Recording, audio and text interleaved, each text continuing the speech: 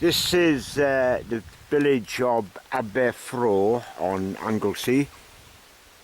It's quite early, it's 9:30 in the morning and it's the 12th of December. The sun is coming up and in the distance there's the hills of Snowdonia, which are absolutely covered in gorgeous white snow. Here in Aberffraw there is very little snow about, but we are in the graveyard attached to St. Gwenno's Church.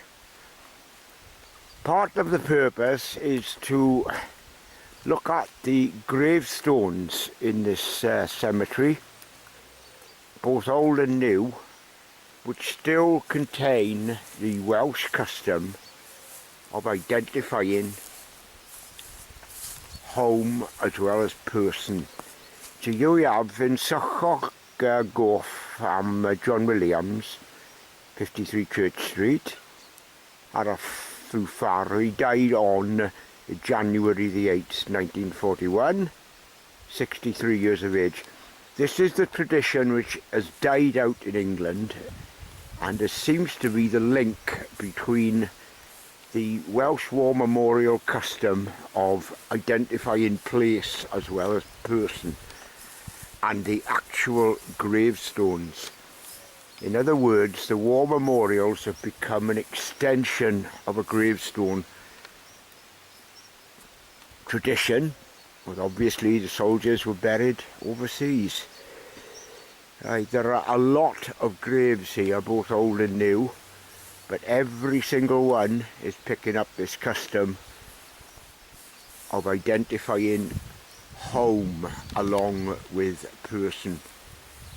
So to pan around, this is the very ancient Church of St. Gwenno. The origins go back to the 6th century.